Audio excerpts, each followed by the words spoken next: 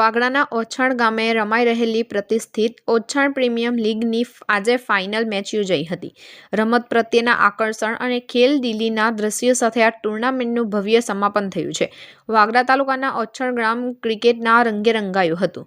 છેલ્લા કેટલાક દિવસોથી ચાલી રહેલી ઓછાણ પ્રીમિયમ લીગની આ ફાઇનલ મેચમાં રસાકસી જોવા મળી હતી. મેદાન પર ખેલાડીઓના શાનદાર પ્રદર્શનને નિહાળવા માટે ઓછાણ સહિત આસપાસના ગામોમાંથી મોટી સંખ્યામાં ક્રિકેટ પ્રેમીઓ ઉમટી પડ્યા હતા.